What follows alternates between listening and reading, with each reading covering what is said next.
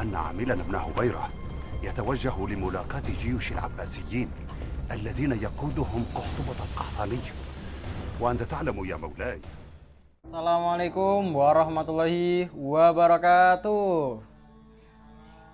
Oke anak-anak kelas 8, kali ini Pak Ilham buat video sejarah kebudayaan Islam bab 1, yaitu tentang jejak peradaban dinasti Abbasiyah. Kita lihat peta konsepnya ya. Di peta konsepnya jejak peradaban dinasti Abbasiyah, yang pertama kita harus mengetahui keruntuhan dinasti Umayyah. Selanjutnya proses berdirinya dinasti Abbasiyah dan seterusnya. Jadi video ini Pak Ilham buat bersesi ya. Soalnya kalau satu video langsung membahas semua, kayaknya tidak mungkin selesai. Maka di sesi pertama ini Pak Ilham akan bahas 1 atau 2 poin saja. Selanjutnya di pertemuan berikutnya. Oke, sekarang kita masuk poin keruntuhan dinasti Umayyah. Dinasti Umayyah itu sudah berjaya selama kurang lebih 90 tahun. Dari tahun 661 sampai 750 Masehi. Namun pada masa itu semua sangat baik-baik saja. Tapi di masa setelah Khalifah Hisham, itu setelah Khalifah Hisham wafat, dari Al-Walid 2, Yazid 3, Ibrahim, Marwan bin Muhammad, itu semua sudah mulai menurun. Kekuasaannya menurun, mundur, bahkan sampai hancur. Beberapa faktor yang menjadi alasan kemunduran bahkan kehancuran dinasti Umayyah.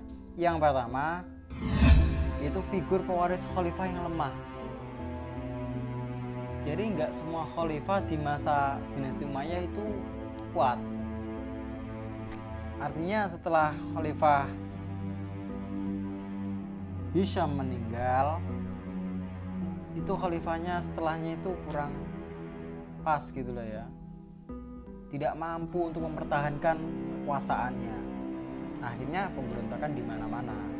Yang kedua, tidak adanya ketentuan tata cara pengangkatan khalifah. Mekanisme pengangkatan khalifah itu nggak ada.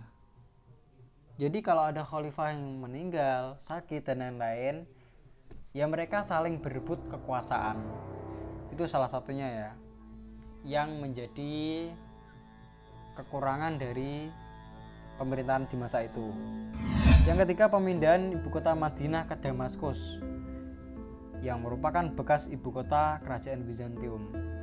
Sebenarnya permasalahannya bukan hanya pemindahan ya, tapi karena pemindahan ini, karena dulu di Bizantium itu terkenal dengan megah-megahan, mewah-mewahan. Hal ini membuat bangsawan atau orang-orang keluarga dinasti Umayyah itu juga berfoya-foya, ikut-ikutan bermegah-megahan. Hal ini ya.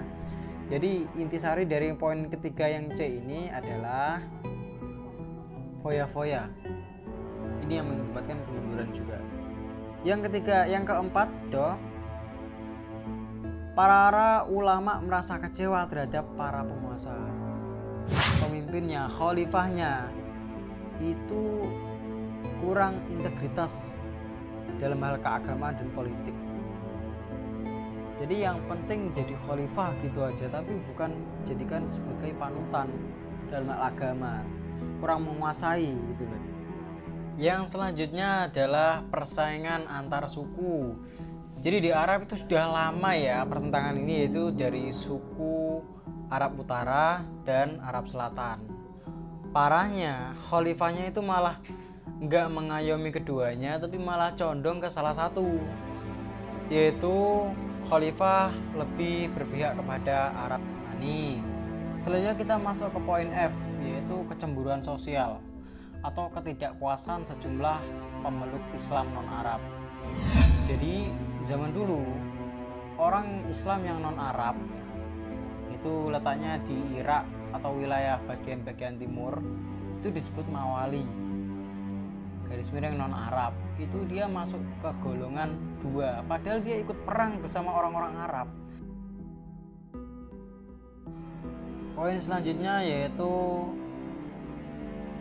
perlawanan berbagai golongan ya. Sebenarnya Daulah Umayyah itu banyak musuhnya.